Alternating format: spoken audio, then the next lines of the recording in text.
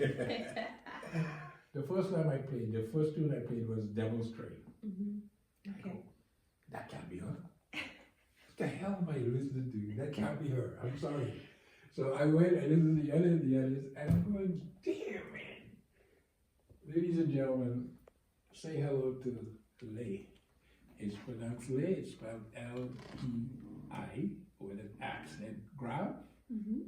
That's, hey, I still know my French. You went into details.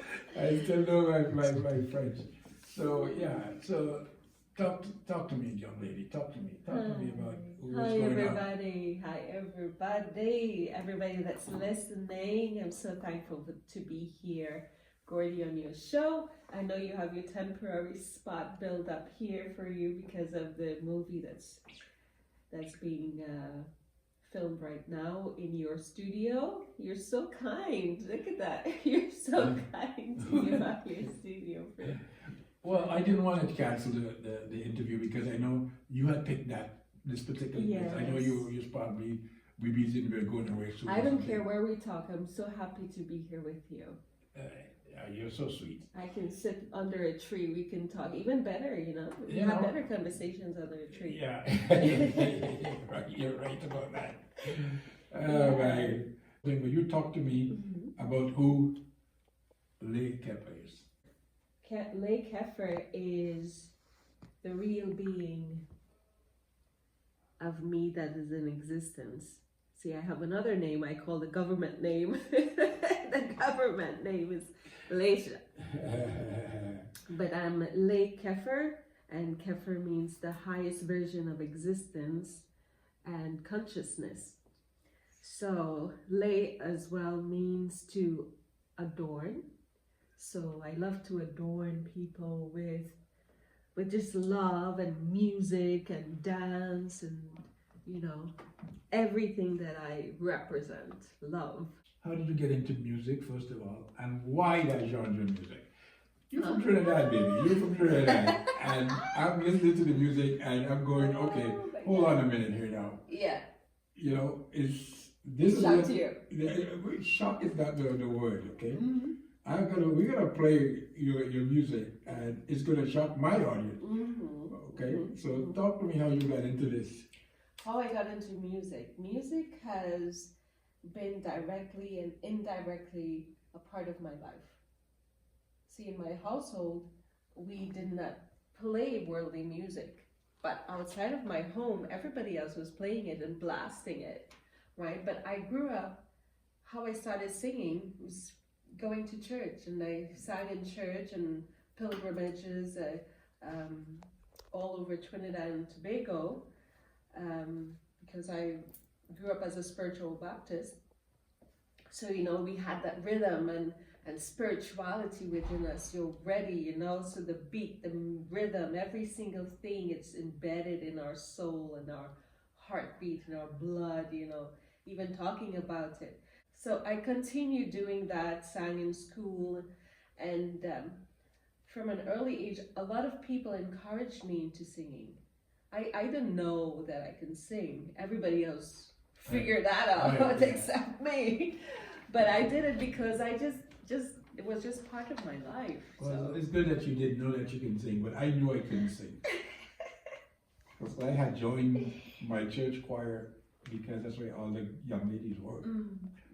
And the choir master basically asked me not to come back. Yeah, well, you ever been to a Baptist church? Yes. You'll become, and I'm surprised that you can't sing because it just, the spirit moves you to sing, Yeah, but you're singing and you're singing, okay?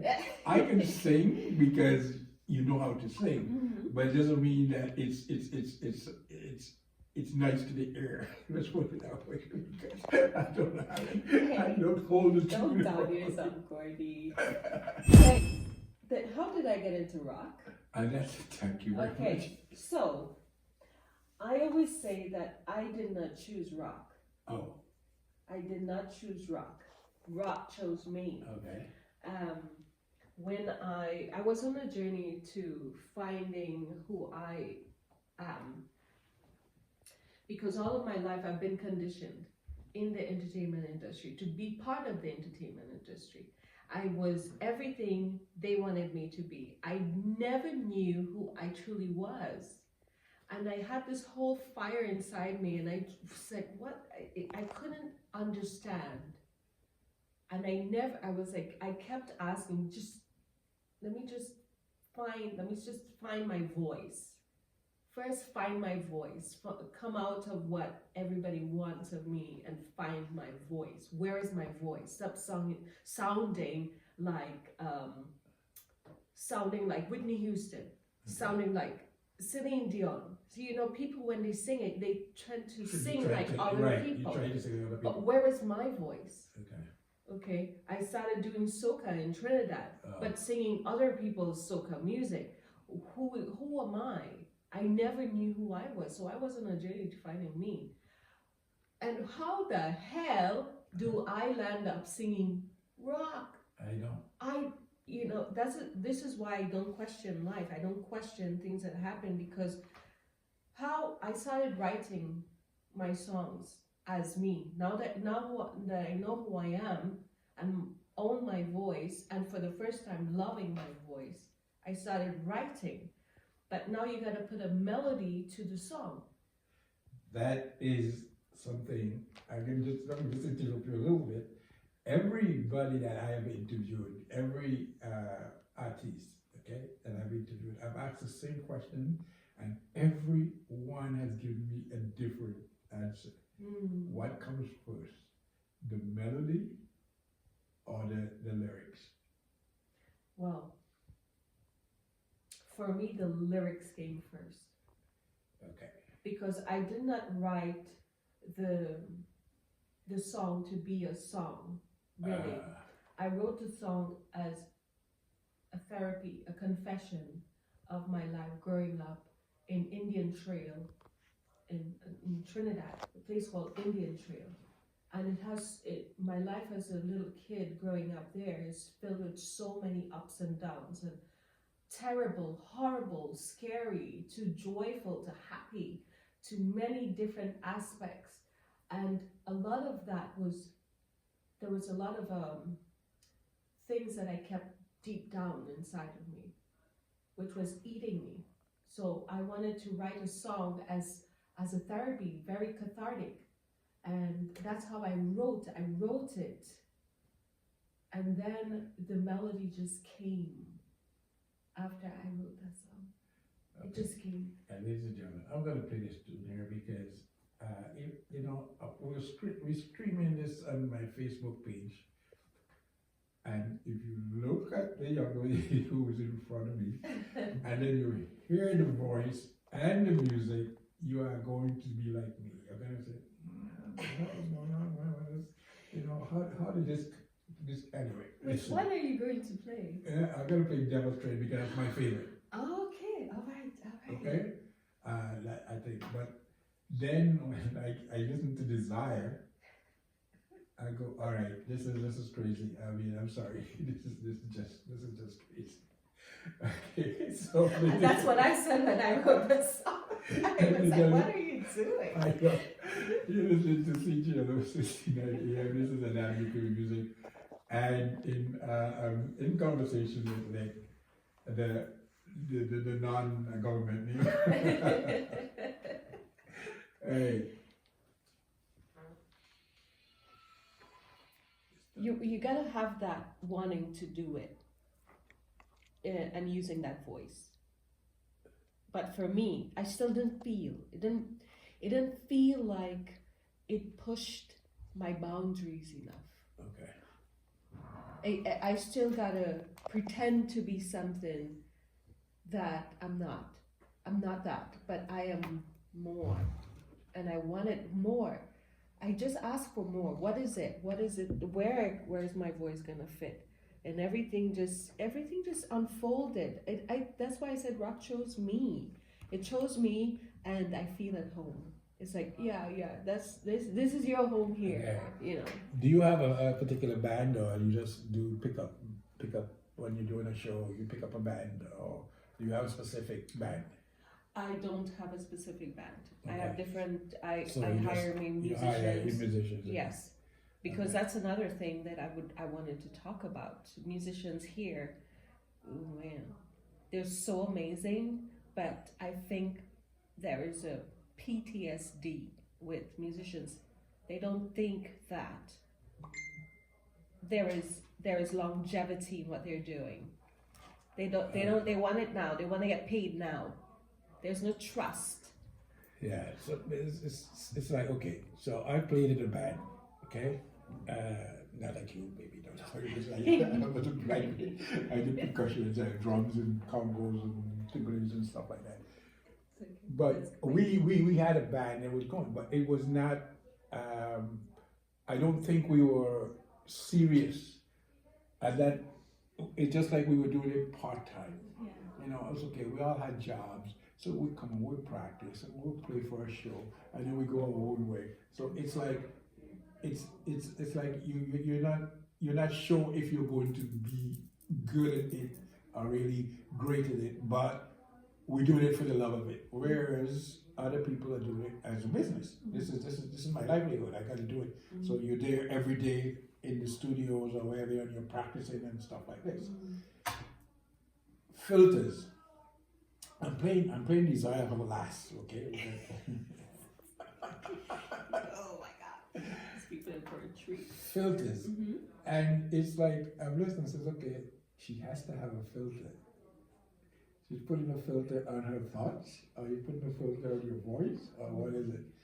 Why do you need a filter? The filters came from, that was another song. You know, when I'm writing, I don't think about what I'm going to write. I know that I'm going to write. And I start writing.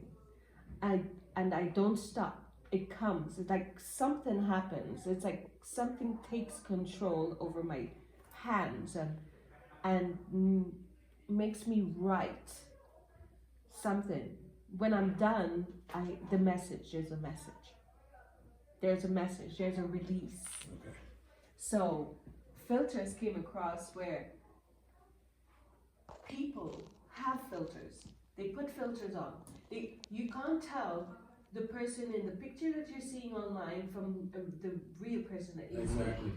Right? The words in the song says, filters fake pretty. It fakes pretty.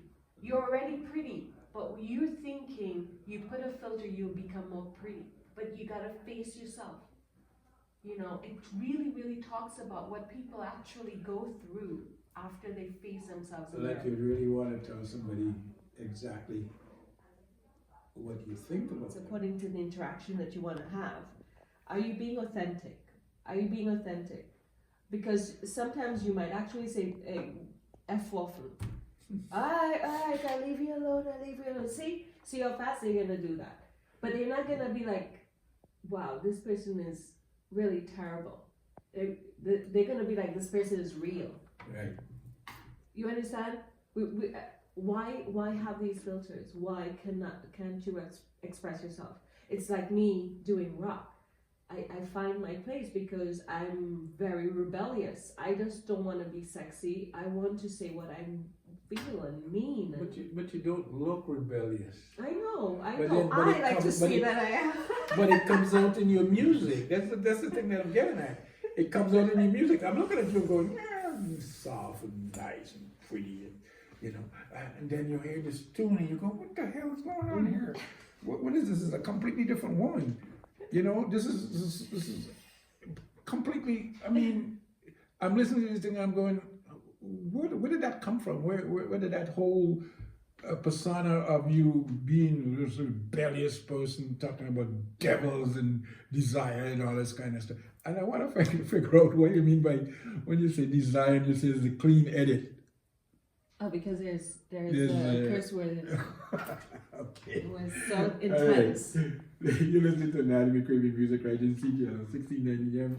I'm going to play filters and you'll understand what we're talking about. Okay? So stay tuned. You're listening to Anatomy Craving Music right here on CGL 1690 AM, and I'm in conversation with Mrs. Late Clifford. Here we go. Right? From 1950s. It's still relevant today.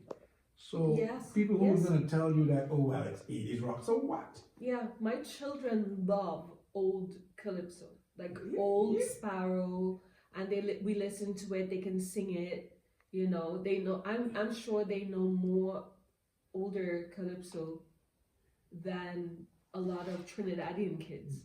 So you see the music, like it's, as you say that, I remember when I went to Toronto, I was listening to my granddaughter was playing music, and she was playing stuff like Nat King Cole, and you know, that type of thing. And I'm going, who's playing that music? And so I went, says, is that, are you listening to that music? She said, yeah, Dad. She said, Grandpa, that's my playlist. I'm going, what do you mean it's your playlist? She says, I love this music. And I'm going, what the hell is going on? She was like 15 years old at the time, and she was listening to the old crooners and all that nice love songs and stuff like this. So you know why? I think it's because it's filled with soul. People want to hear music now that's filled with soul. My little kids too. They love when we play these old. I like that. I grew up. As a little girl, I listened to the older folks play older music. So I grew up with all these other genres of music around me, except in my house, but around me. But coming back to filters and how did I get it featured in that movie? Yeah, I was approached by the producer and director, one of the directors of the movie, Carl Rainey, he said, you know, this song fits this movie so well. Can we use it in the movie? And I was like, of course, yes. wow. I mean, normally people submit their songs because that's what they normally do. Could you imagine if you said, no. I mean, because I know every single one of my songs, it's not like I don't care who listens to it. I know it would touch somebody. It's meant for somebody or everybody. Whatever you want, there is something for it. But I'll tell you something. Not one of my songs are the same, because they all come from a different inspiration, and it needs to be heard in the voice that it comes over. Also, all of the songs, I must say, has been produced by one of the best producers on the face of the earth right now, and his name is James Pretley of Lizard King Productions. Right. Also, the songs have been arranged by Pierre Grimm as well, an amazing musical director and multi-talented instrumentalist. He is the one that has arranged the songs. So I just want to mention them. Of course, but so you write all your music. I do. You write all it, so everything is yours. Yes. See, it's another thing that is driving me crazy. You know, so you when are you going to tour next?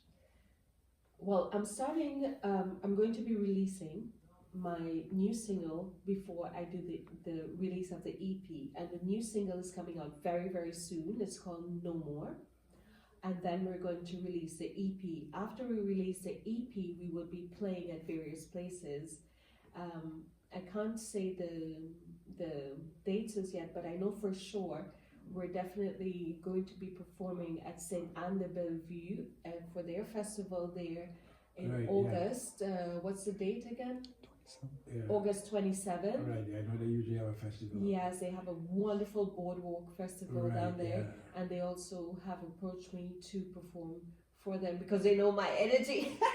They know my energy. I love energy. I love to bring that. I love to have people dancing, getting out of their minds from this world of whatever problems. But you know, when you come to my show, I will take you to a place where you know you didn't know that you needed it, but you will feel it after.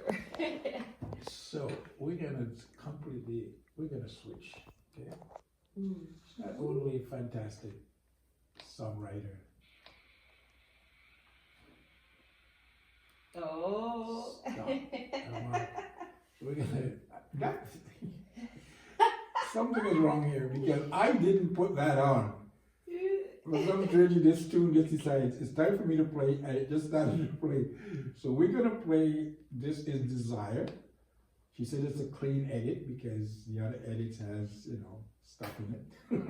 So, and then we will switch and That's get well into done. her other business. She's not only, recording artists and music. How would I say that? Has her music being played or being scored in movies? She's also a fantastic cook, and I can attest to that. Okay, the reason I'm big. I love food. So anyway, and it's my desire to eat well. Ladies and gentlemen, this is Desire by Northern Lake. So I just grew up in it. It's like Trinidad. It used to be part of the culture to cook. So I grew up in that. I grew up learning how to cook from a very, very young age, and to do it well, you had to, otherwise you get licks, right? So, when I decided to settle down in Canada, where I am, I'm not in an area where I don't think there's any Caribbean people. Yeah. I've never, listen, I'm in an area where if I see a person of color, let's say, I'd be like, oh my God. You're It's weird. like I'm seeing a rare gem, but still I'm very accustomed to being around this diverse thing. But it was my duty as well as a mother to show my children my culture, where I came from. And I continue that with my cooking, especially during Christmas time, Eid, and Diwali. Okay. And also we celebrate the Chinese New Year. I teach them cooking, teach them culture through cooking. But what did you see for Christmas? Because every Christmas I go all out. I cook everything from bus up shut. I make chana and aloo, the whole shebang of the Indian plate. And then I make our indigenous food as well. And I make our Creole food. And it has I need everything. Okay. Pastel, everything, ginger beer, sorrel, punch a creme. The whole works has to happen like old fashioned Christmas. Christmas. Yes. So, and you cater. Do you cater? Yes, I do cater. If you order, I do as well. Pop-ups in companies, and I also sell hot sauce, my own hot sauce. Okay. I have my hot sauce business as well, so I promote it through. I go to the business and I cater lunch, and I do a cooking demonstration to help people learn to cook. And my products have a fast track into cooking Trinidadian cuisine, which is the green seasoning, and I have something called chunky. And chunky is it's already made. I call it the triad, the mirepoix of Trinidad cooking, which is the garlic, onion, and pepper in oil. So you just put that in the pot, and then you make whatever. You can make your aloo choka, you can make your pumpkin choka. You can just make things really fast. Like, oh my God. Yeah. Because I had this lady. I call her my second mother. She passed away, unfortunately. And all those things that you're talking about, she said, well, this is this, and I go, what is that? And she just talked about this choker. And I go, okay. So I taste everything. And so when you were talking about all these Trinidadian stuff, even as a matter of fact, I was watching a video the other day where this guy is going through Trinidad eating the foods that they make in the, like the little little huts, and Yeah. you know, which is great for Caribbean people because you get somebody by the wayside that's making food, and damn man, their food is like better That's than in a why. restaurant. That's why I do what I do, because I miss that authentic Trini. I miss I miss that. And that's why I feel like when I cook, it's everything that I do, the encouragement came from my friends here. They're like, Lay, you gotta sell these hot sauce. Lay, you gotta do some catering. Lay, you better open that restaurant and we're gonna help. Like, they're the ones. They're like, you have to do this. Like, I didn't realize that other people, not only just Trinidadians or other people, I'm talking about everybody just want that food. Everybody, especially my fried chicken. Like, You know, you just said something. additives, preservatives, no chemicals. It's all made like old fashioned stuff. Obviously, it's going to be more expensive because you're getting the real taste. It had no xanthan gum and no thickener and nothing like that. You when you taste that, it takes you back. Like, so he said, it's too expensive. These Trinis won't buy that, and it looked too fancy. They ain't gonna buy that. I'm like, excuse me, I know my Trini people are very classy. So the classy ones, there's the ones that you're talking about, I know there are plenty classy Trinis out there that want a nice bottle and they want to show off. So they get that there and they show up. Hey, you see that? Look at this bottle. Look at this bottle. You see this bottle here? Taste that what is inside there. So which you talk about you saw it at West Indian grocery store? Well, it's I have my clients and they buy by the boxes. So right now I have my clients. I am in the process of getting redoing my labels so I can put it in the stores. Right now it's there. They're waiting. The clients are waiting for it. So as soon as I repackage it, it will be in different stores and online as well. Okay.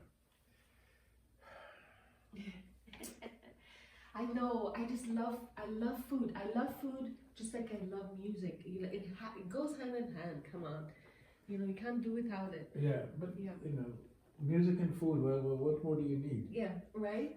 Well, you need other stuff, but And a little dance with it. That's what I give. I get. That my dream, and I'm putting it out into the universe. That's what people gotta do. They say, no, hold back, don't say anything. No, put it out, it comes back. So my dream is to have my restaurant where people can come and eat, come and have a little taste of the culture and have everything. If they can come at certain times to listen to certain music. But I want to have, I'm going to do this, it's in the works. Where you come and you have a real Trini breakfast. You sit down with your plate and you pick your tal curry and you pick your thing and you pick whatever it is you want and you eat with your hands. This thing. Yeah. Dip it in there. Your bacon, salt, fish, coconut. Right? You come at certain times. Every day is not the same thing. Making me hungry. Have the soup on a Saturday and Sunday where you can have your cow heel soup and your fish broth and all these things. So next year. Sorry. Sorry, I'm making you hungry. Yeah, I'm getting hungry. So next year we're gonna get this restaurant going, right? Well, from your mouth to God's ears. Okay. Yeah. Well, you never know, man. You never know. It's gonna happen. We're gonna wrap up this I don't want to call it this conversation. I don't like to say interviews. I had a conversation. We have to talk about I'll tell you what. I think and he told me you have to talk to her about her spirituality. Oh. And he said, anything she tells you, listen to what she's saying and do what she tells you to do. And I remember we had a conversation and I'm just sitting there going, what the hell? Who is this? She doesn't look old enough to tell me what she's telling me. So where did that come from? I have gotten that since I was a kid. Okay. Since I was a child, people would say to me, what? I got chastised in school for that, for speaking the way that I spoke.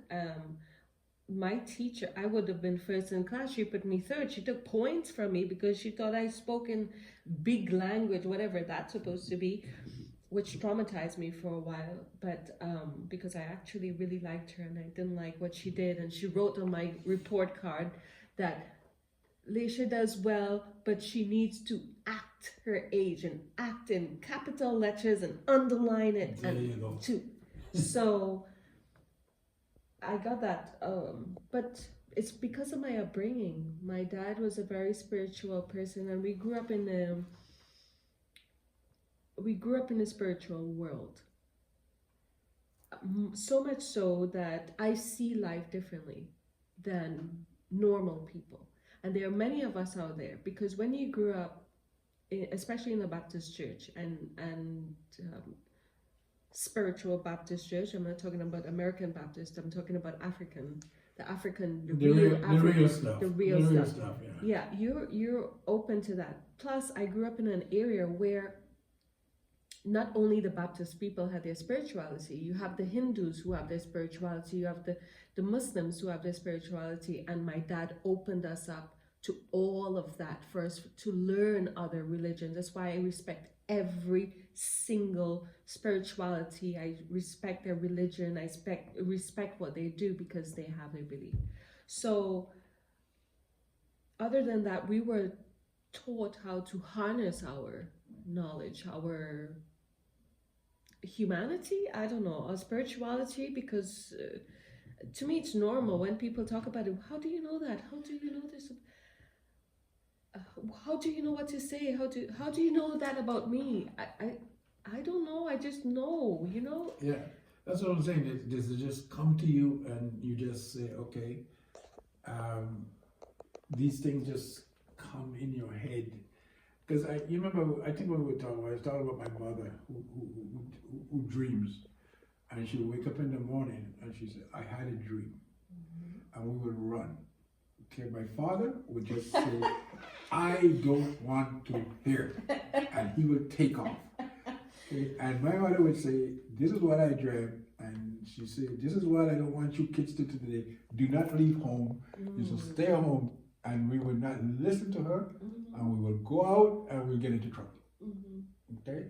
So her dreams were like, oh my God, how did she wakes up, well, I dreamt this, and this is what it means, and it will come true. Yeah. So we all have, I think, most everybody have that in them, but a lot of people ignore it. Yes. No, don't embrace it. But like you have embraced the fact that you have spirituality and stuff like that. Yeah, so. I don't. I am unapologetic about it. Of course. If you ask me for help, I will give you that help. It's my duty to do that. It's my duty to do my music the way I do it. It's my duty to cook and serve. It's my duty to serve. It's my duty because we're all connected. How do I know about you? It's because I'm connected to you. You don't realize how much I'm connected to you. I can feel you. I can feel everything around me. I can feel the plans. That's how the abilities we have. But if we keep saying, "Oh, that's superstition," that's really no. You're trying to hide. It's like people hiding the dark side of them when they're supposed to embrace it and see before it turns into a monster. You know, so that's something that my dad taught us. And he used to astral project. My dad used to leave his body, his physical body, and he'd travel, you know, and he would talk about things happening.